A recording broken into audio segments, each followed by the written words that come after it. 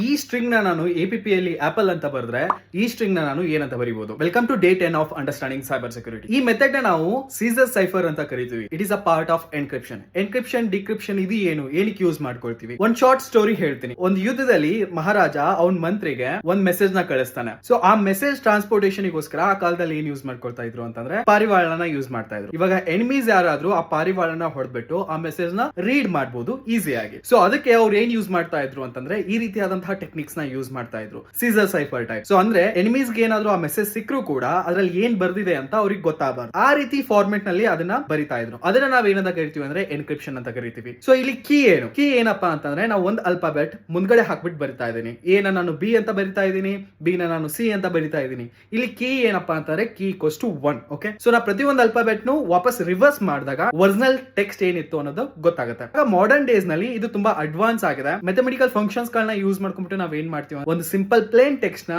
Cipher text ಆಗಿ convert ಮಾಡ್ಕೊಳ್ತೀವಿ. Different types algorithms ಗಳು ಬರ್ತವೆ. ಅವನ್ನ ನಾವು 2 ಪಾರ್ಟ್ಸ್ ಆಗಿ ಡಿವೈಡ್ ಮಾಡ್ತೀವಿ. ಒಂದು ಸಿಮೆಟ್ರಿಕ್, ಒಂದು ಅಸಿಮೆಟ್ರಿಕ್ ಅಂತ. ಸಿಮೆಟ್ರಿಕ್ ನಲ್ಲಿ ಏನಾಗುತ್ತೆ, ಸೀಸರ್ ಸೈಫರ್ ಒಂದು ಎಕ್ಸಾಂಪಲ್ ಫಾರ್ ಸಿಮೆಟ್ರಿಕ್ ಎನ್ಕ್ರಿಪ್ಷನ್. ಇಲ್ಲಿ ಎನ್ಕ್ರಿಪ್ಟ್ ಮಾಡಕ್ಕೆ ಆಮೇಲೆ ಡಿಕ್ರಿಪ್ಟ್ ಮಾಡಕ್ಕೆ ಸೇಮ್ ಕೀನ ಯೂಸ್ ಮಾಡ್ಕೊಳ್ತೀವಿ. ಅಸಿಮೆಟ್ರಿಕ್ ನಲ್ಲಿ ಏನಾಗುತ್ತೆ ಅಂದ್ರೆ 2 ಕೀಸ್ ಗಳು ಇರ್ತವೆ, ಎನ್ಕ್ರಿಪ್ಷನ್ ಗೆ ಡಿಕ್ರಿಪ್ಷನ್ ಗೆ ಅಂತ ಹೇಳಿ. ಪಬ್ಲಿಕ್ ಕೀ, ಪ್ರೈವೇಟ್ ಕೀ ಅಂತ ಕರಿತೀವಿ ಅವನ್ನ. ಆ ಕ್ವಶನ್ ನಿಮ್ಗೆ ಏನಾದ್ರು ಆನ್ಸರ್ ಗೊತ್ತಿದ್ರೆ ಪ್ಲೀಸ್ ಕಮೆಂಟ್ ಸೆಕ್ಷನ್. ಸೊ ಇದೇ ರೀತಿ ನಿಮ್ಗೆ ಏನಾದ್ರು ಸೈಬರ್ ಸೆಕ್ಯೂರಿಟಿ ಇನ್ಫಾರ್ಮೇಶನ್ ಬೇಕು ಅಂತಂದ್ರೆ ಪ್ಲೀಸ್ ಫಾಲೋ ಮಾಡಿ. ಸಿಗ ನೆಕ್ಸ್ಟ್ ವಿಡಿಯೋದಲ್ಲಿ. ಬಾಯ್.